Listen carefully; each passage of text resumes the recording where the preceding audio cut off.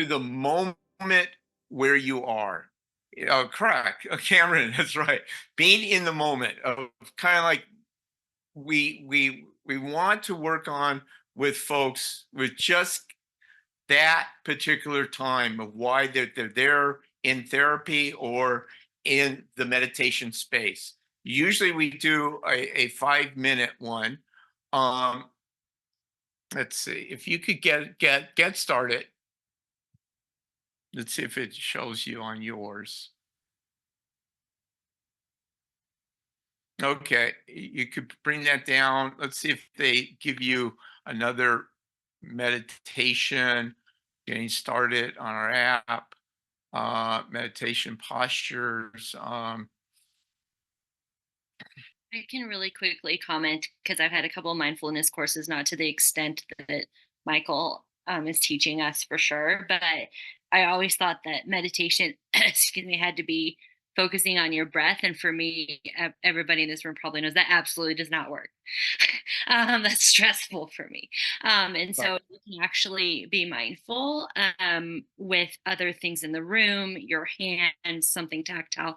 It can be other things besides breathing. So I wanted to put that out, and then you're back now. So yay. Yeah. Okay. So excellent point. Okay. So what we do in our group is that we may have you to eat an orange, eat an apple. And like what you're doing is that you're taking that moment to appreciate that particular time, like what Stephanie said about the breathing thing, or we just sit quietly. Now, a lot of people who do a meditation, they always get scared about sitting 5 minutes. And what we would like you to do is to learn that skill of sitting quietly with your own thoughts. Now, people who meditate sometimes go for a half an hour to an hour, sometimes 5 minutes. And it's interesting where monks say it happens to them too. Their mind gets distracted and they lose sight of where they are. So what I would like to try right now, and if we could remove that screen, I'll do a very short meditation. If you guys could sit back and like what's it was just breathe in through your nose and out through your mouth.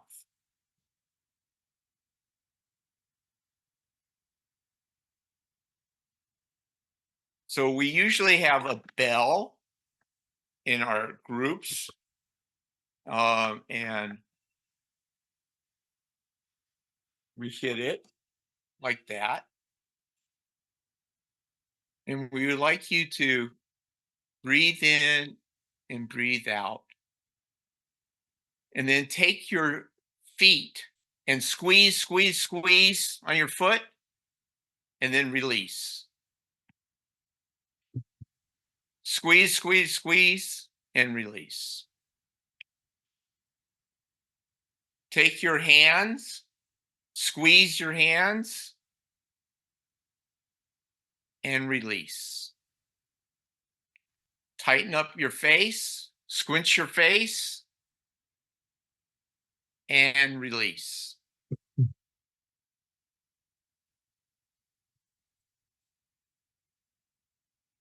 On your thinking about what happened today for you,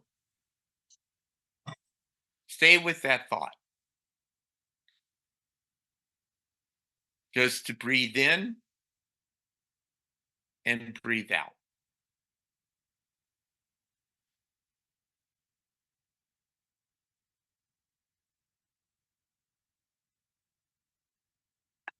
Okay, so come back into the group.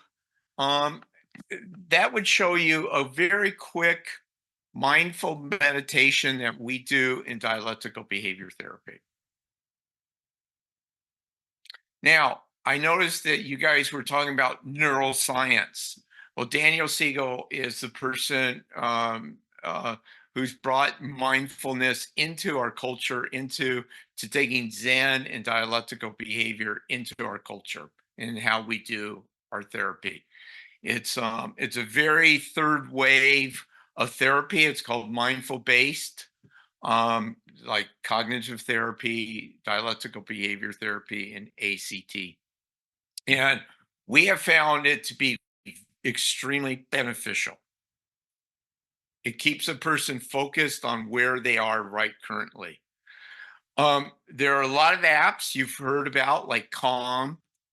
So have people use Calm in this group? Okay, so basically, what Calm does, and Kaiser now gives it out to uh, their members. It's basically to get a wellness check on you. It's just to focus you. Okay, Tom. So let's go back to the group. I mean, back to the links. Uh-oh. Did I lose Tom? Oh no. Okay, back to the links. Okay, let's go down. Okay, so in dialectical behavior therapy, there's a deliberate attempt to act opposite than your emotion urges. Now, for people who stutter, this is obvious. You don't want to talk. They want you to try that. So if you hit the link there, so this is a emotional regulation skill. And what we do is that we use this in our work with people who have anxiety, social anxiety, and who basically feeling that they can't do something. Like a second ago, we were talking about authenticity. Well, this is definitely of where we want a person who stutters to do the opposite reaction and action and say, and then it's okay to be at that place to just try it. And what we do find, it's called exposure therapy. And what you're doing is you're exposing yourself to new skills. So if you, Tom, and if you scroll down,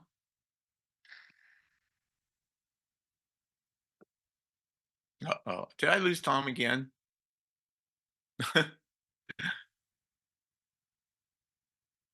Okay, so basically, uh, this is a very important skill because it helps you to think about what's going on for yourself. So if you scroll down, Tom, and hit the worksheet. So what we like to do is use this during individual therapy as well as in our group therapy. So usually when we do group therapy in dialectical behavior therapy is that it's usually 4 to 6 weeks. So we focus for 2 whole weeks on opposite action.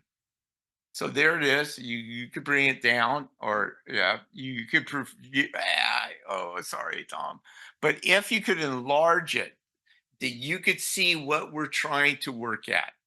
As a therapist, is that if you're feeling angry, well, what's your next step to do? What's the opposite action that one could take in order to make yourself feel better? Wellness. If you're feeling bad about yourself, we're suggesting you to go for a walk.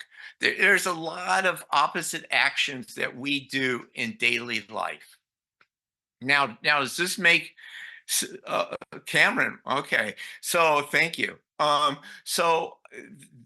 This is a very important skill because emotional regulation is what we do in therapy and in the stuttering community. It's very vital for us to do this because we don't want to hold ourselves going like, oh my God, this just happened to me and I can't do it again. Well, as we all know, you have to do some kind of exposure therapy. You have to think that by doing the opposite action is that will benefit you in the longer run because you would take positive effects from that. I mean, she and Vivian, not, yeah, Vivian Siskin talks about that in the arts program. But in behavioral health, we do this particular skill. Now, does this make all sense to people? As a therapist, you could take this regulation skills and you could work individually or in group. And Tom, the way that we do our groups, it's 4 to 6 weeks in groups. So maybe you'll spend on emotional regulation 2 to 3 weeks. Okay, does that make sense to everybody? This is a concept that I don't think that speech therapists know or in the stuttering community know about dialectical behavior therapy. It follows that same thing as cognitive behavior therapy and ACT. So let's get out of this. We could go to the next link. We could get out completely and go to the link page.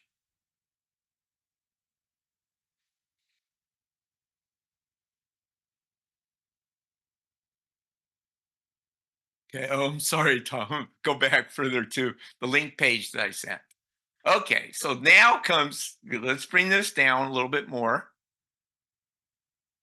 Okay. So this is a skill that we do in dialectical behavior therapy.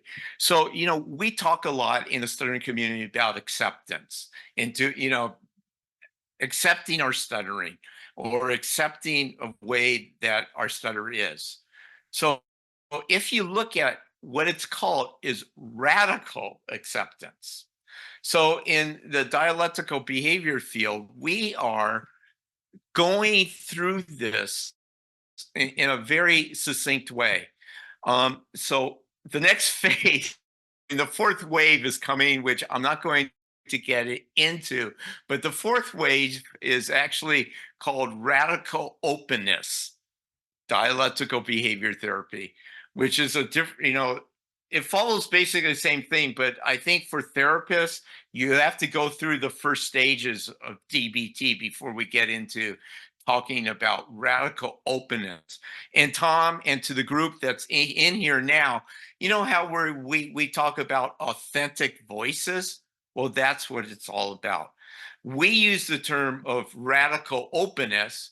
You may use the term about using the term of being the authentic voice, but what we use our term is being open and radically open. So, Tom, if you can see and go to this, yeah, if you could clink this. So this is again a process that we use to practice radical acceptance. So in our groups or in individual therapy, that we do this again 2 to 3 weeks. Now, for the therapists that are in the room here, we try not to do homework assignments because we know that homework assignments really, usually for the grammar school kid, who doesn't homework assignment. High school kids are pretty good with doing the homework assignments, but once you're hit the college age and us older people, homework assignments are like, oh, really? Do I have to do that? So what we try to do is within this group that we try to go through this process. Okay. And again, like, stuttering is one aspect, but the concept of what's bothering you, what is your internal thoughts? Is it the thought that you're going to stutter in the next time that you speak? You have to understand the reality. What radical acceptance is accepting the reality that you stutter. That's basically it. So if you look through the stages here and the concepts here, is that you can see that what we're trying to get at is what's bothering you, understanding the reality, and look at the statement of where you are. And we would hope that by accepting the reality that one can change. And one could look at the reality because you have it on paper or you talk about it in your group or you talk about it with your individual therapist. Then you can make changes and really accept yourself. It's basically based on Carl Rogers' philosophy is that change, it doesn't happen until you say I stutter, or it's okay for me to stutter. So in accepting yourself stutters is that you accept the reality. So Tom, if you bring it down a little bit further, there is a really good way that I know, Tom, that often you had talked about, your groups and like finding what kinds of exercises to take to the group. Well, this is a really good accepting reality of what it could do. I'm sorry about my dog. Uh, but this is a really good concept that we do in dialectical behavior. And this is taken from the Mental Health America. And this is now being used by our peer groups in the mental health community. And Tom, just to let you know that the radical acceptance is in Spanish and it's all different kinds of languages.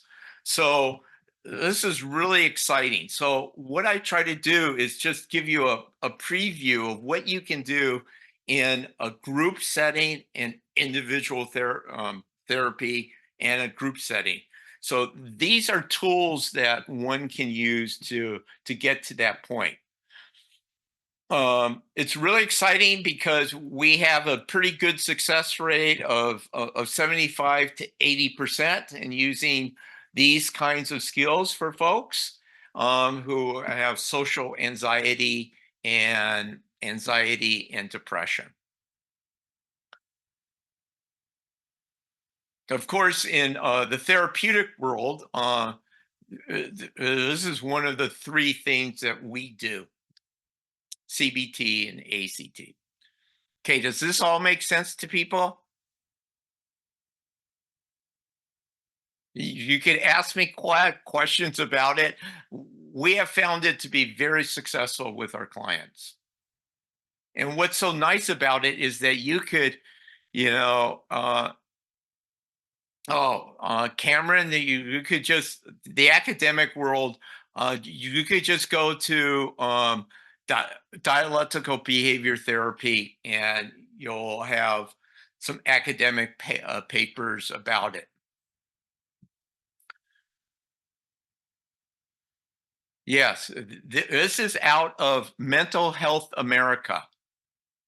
This is what we do for our peer groups, is that they're starting to do dialectical behavior therapy.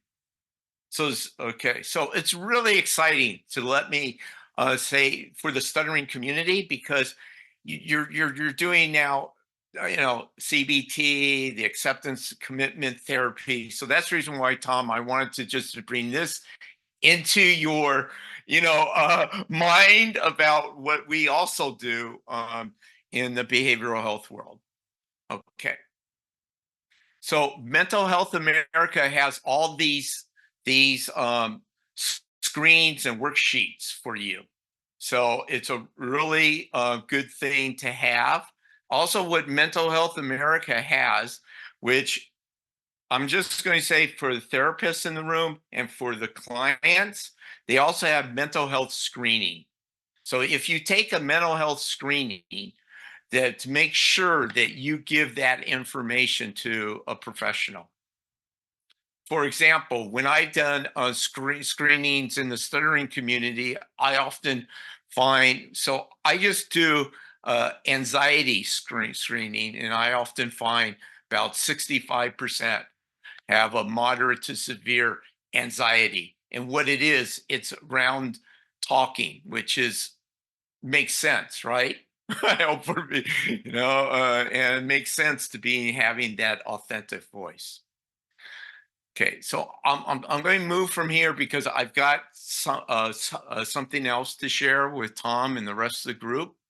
Okay, does this all make sense to everybody? Okay, so let's move on to now what we happen to do in the peer movement and in behavioral health. So if you want to show that second uh, email. So what's really good about this is it really focuses you on what is currently bothering you. So that's really important. Okay, so this is a model. Okay, so if you want to bring that up, okay.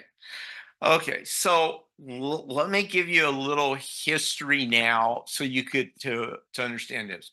What is going on here in the United States and in the world is that our President Biden has just now done what is called a unity agenda, and that is putting the peer into the clinic room with a therapist. I've been doing that for a pretty long time. So let me give you some history about that. So the Stuttering project had started in '77. And then that we had a support group and supporting group, and talking to people of how we can to form our group. Now our groups at that time, Tom, were actually a weekly group. We actually had a weekly group, and we had and that's the benefit of a weekly group. Now what happens in the peer world is that we always feel like we have to have lots of people. But what I try to do and what we do in the therapeutic world, you can't enter a group just ad hoc. You have to wait until it gets done. So what we try to do back then was try to do a 4-week session, on a weekly 4-week session, and have a wait list for people to enter the group at a later time. So in '79, what was happening was the mental health community was starting to say, wait, we want more input. So what they began to do was training peers in how to facilitate groups, which was really a beneficial way of helping people to understand that when you're a peer facilitator, you have to learn how to listen and not always talk, and how to run a group, basically, how to facilitate a group. And the same thing that was going on in the professional world was groups. Now, in my world, in the behavioral health world, we always have a therapy group and individual therapy. So in 1990s is when, as professionals, we started going, wait, we know that peers work. Why not try to integrate peers into our clinic situations? Like for me, for example, what I didn't have a problem of sharing the peer group, or a peer to be in my group, or we would have the peer to run a mindful group and in the clinic. So if Tom, if you could go to the model again to open that up. Sorry about my dog.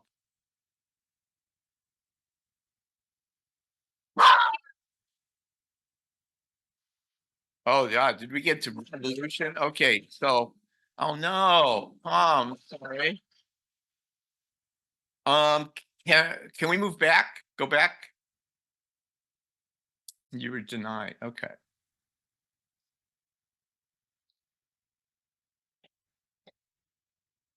Uh, okay.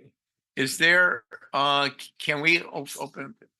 No, sorry. To open up the peer. No, sorry. To go to the next one, to the information I just sent. Yeah. Okay. So if you can to open that, that'd be great. That doc. Now, somebody in the other group was talking about what we do in the online thing. So if you scroll down here, so, oh, sorry. You could come back to the peer support model.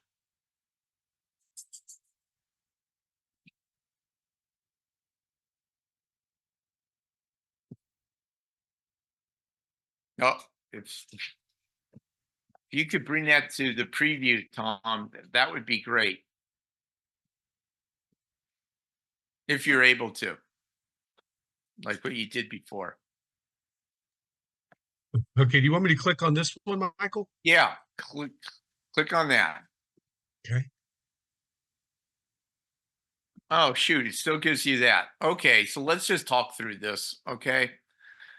Okay, so you could break that out. Okay.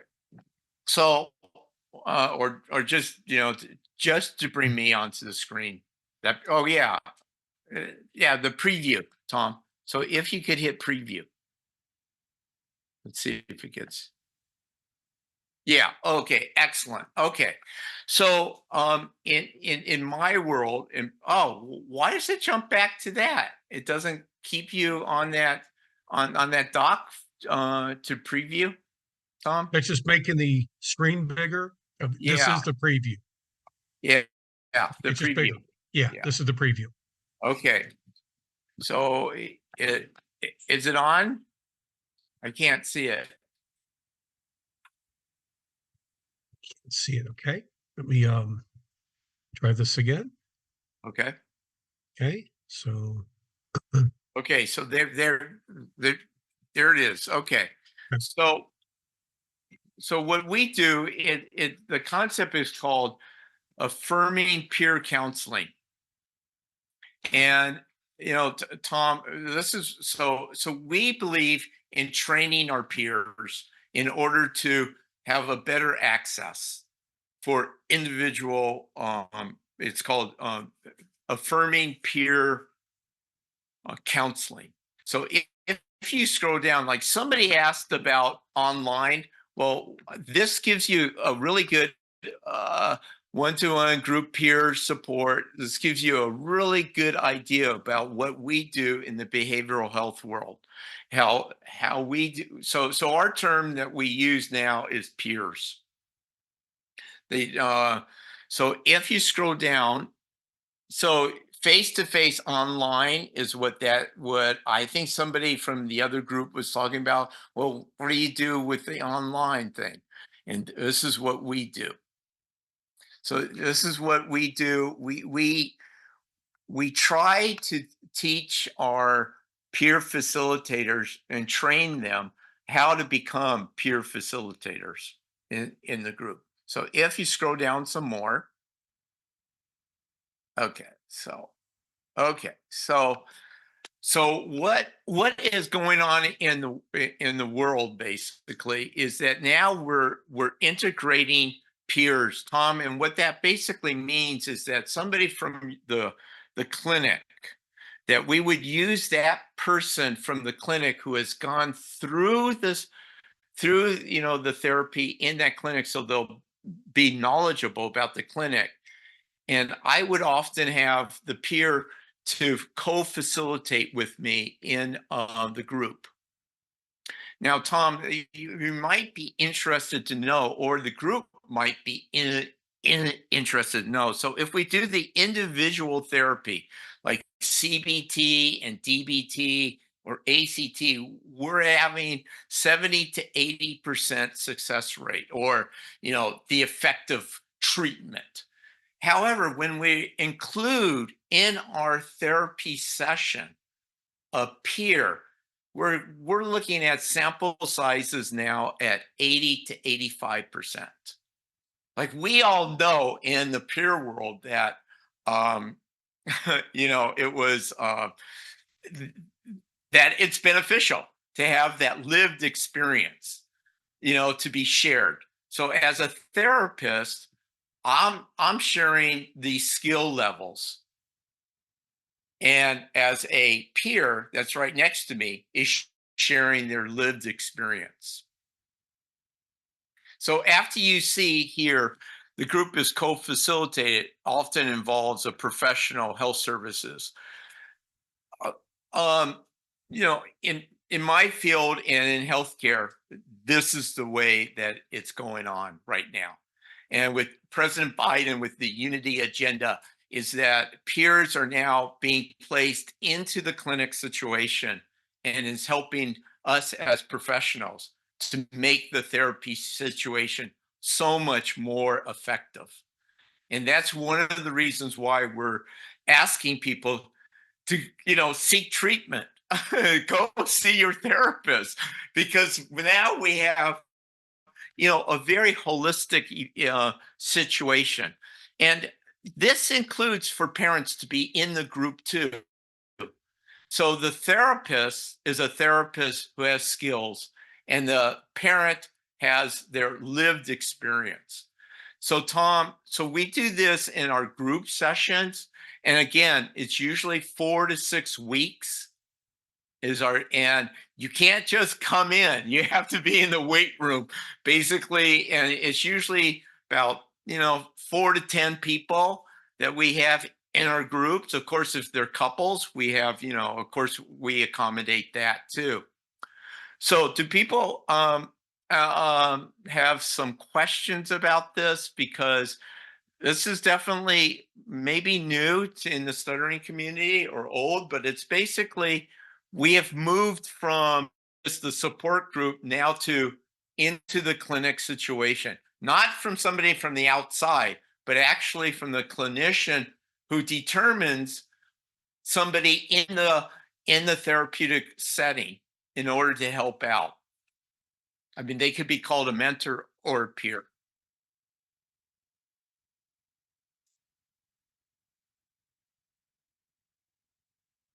So thank you very much. I mean, we've presented this to the American Psychological Association, National Association of Social Workers, the American Bar Association. And so thank you, Tom, for letting me present this to the World Stuttering Network, because it's what's going on in the world today. And this is how to make effective treatment work.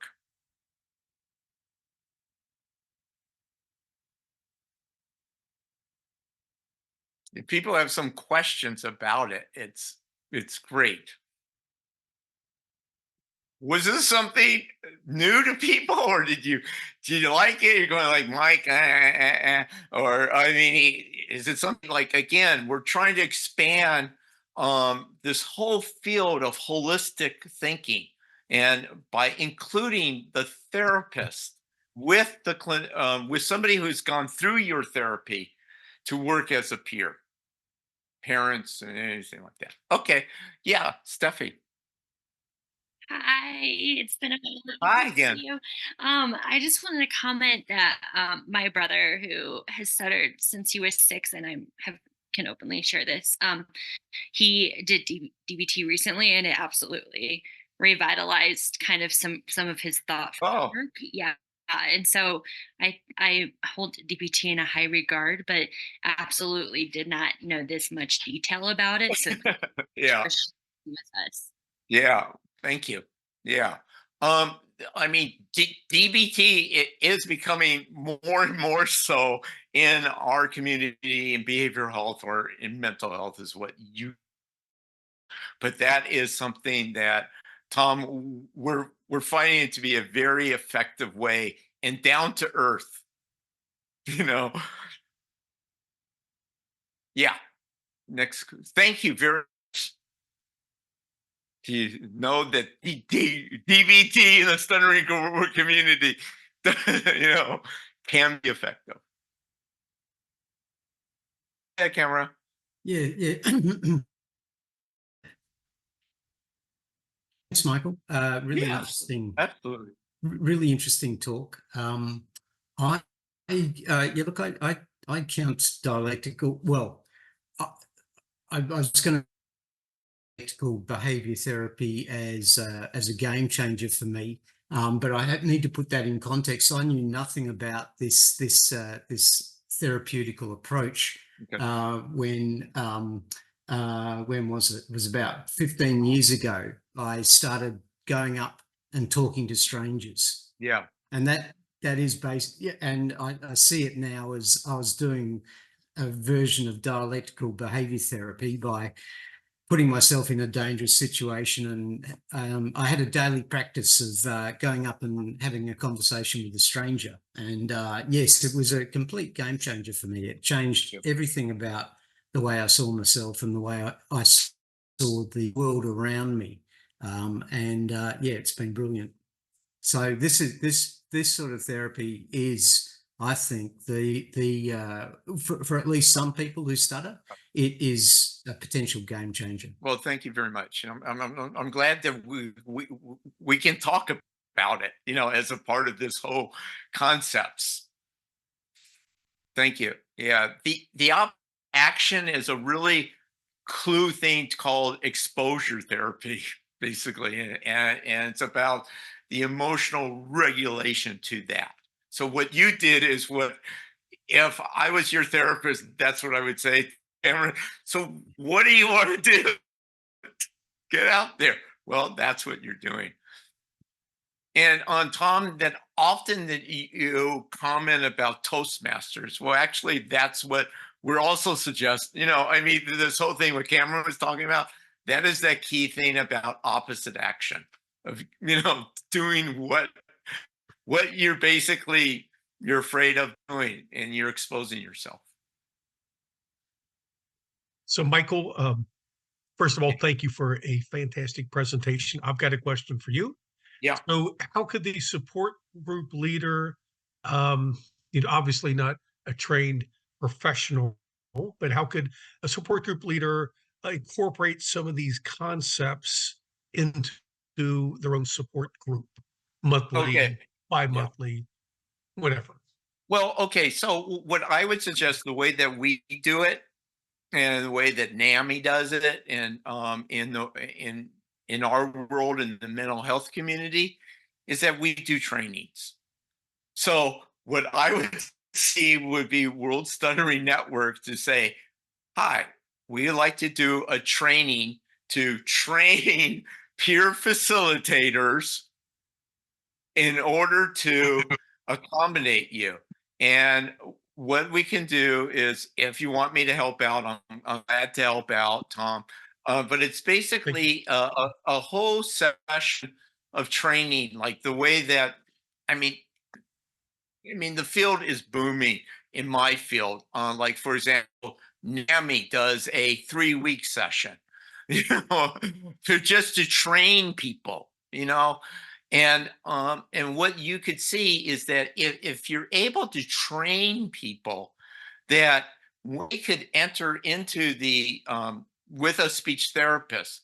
The speech therapist has to learn to co-facilitate these groups, because it's a very hard thing to do, but I have found it to be very successful in making your group work and being effective. So what I would suggest is how to do that is WSN to do a training, that maybe you do a 2-day training in training people on listening skills, on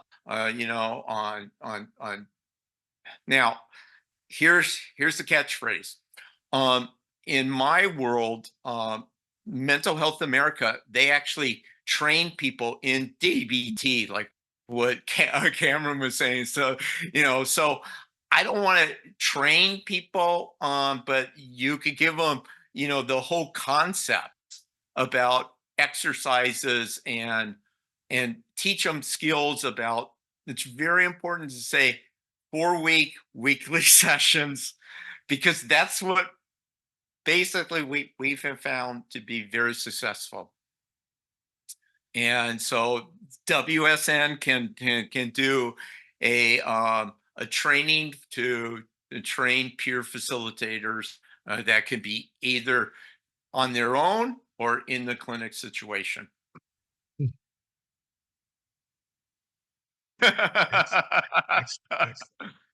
Yeah. Does that sound good to everybody, or does that sound kind of like, it's what we do in our field, and we've been doing it for 35, 40 years. So it's not something that is not successful. And what I try to show Tom there is what we do in peer groups. Yeah, Cameron. Yeah, look, I thought I'd just add something. I've got I know a couple of people who do something like dialectical behavior therapy, but they do it in a really simple and interesting way. And I've got a friend who will go to a shopping mall And in the middle of the shopping mall, he'll get down and do 20 push-ups in the middle of the shopping mall while people are watching and walking around him. And he swears by this as a way of desensitizing himself to shame. And I've played a bit with this as well, and it is really effective way to desensitize yourself to shame. And the beautiful thing is you can do it very simply. Like you can be on the corner of a street waiting for the traffic to clear and stand on one leg. Yeah. And it's a very, very simple thing that you can do that won't look too out of place, but you know you're doing something that's odd, and you just sit there with standing on one leg, and you just sit there with that feeling, and it makes you stronger. And you do these little micro shame tasks over and over, and it can be really effective. You're moving into the next phase that we're called the fourth wave. It's just called radical openness, DBT, and that is about and what you're doing there is that you're being open with yourself.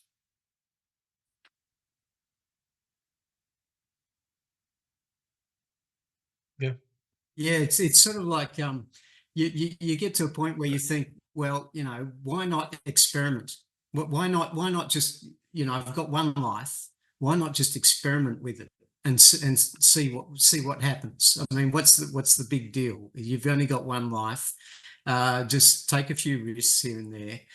Stand on one leg at the corner. Yeah. I mean, it's not a life or death situation. Just experiment with your life and see what can happen.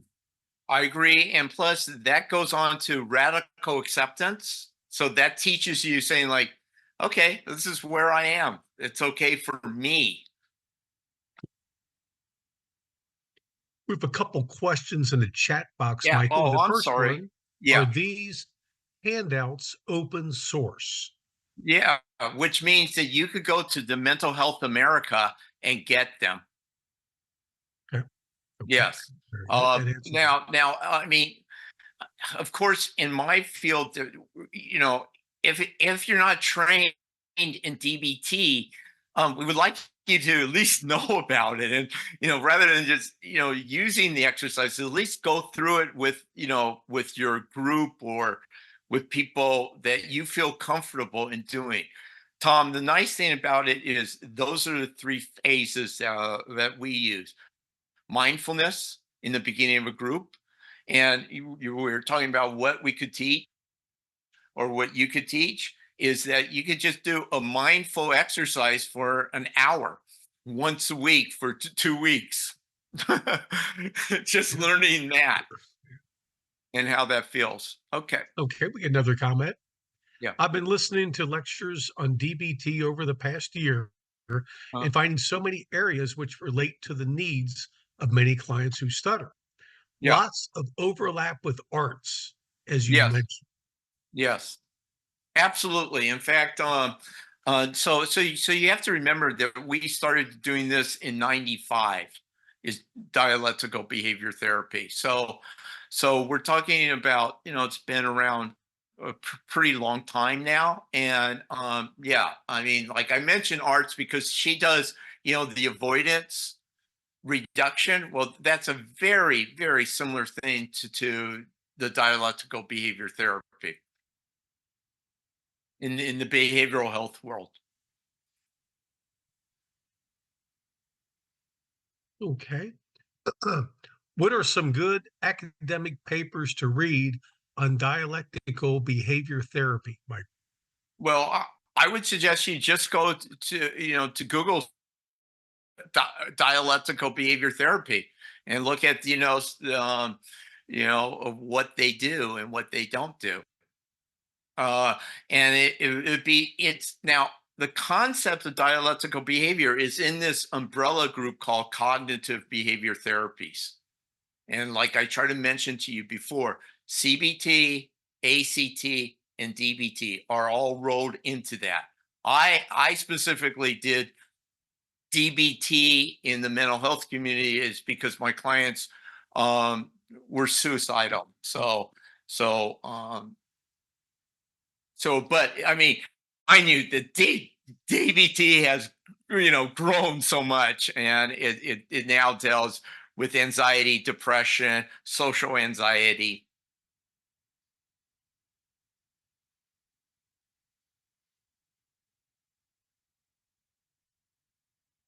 And then what my final ad, I'm sorry, Tom, and I'm out of here, is the fact that you also got to see, okay, so in the 80s, when I got my job at Stanford, of course, I come from the stuttering community. So of course, the peer, or this whole concept of self-help here was very important to me. And actually, in the AIDS community is where Dr. Fauci had made this work. And he was really a big, significant person to support peer groups and being included in our treatment for AIDS. And I think it really helped with the AIDS epidemic, and had that peer support saying, like, to taking the pills, the meds. And in mental health, we have found it to be successful.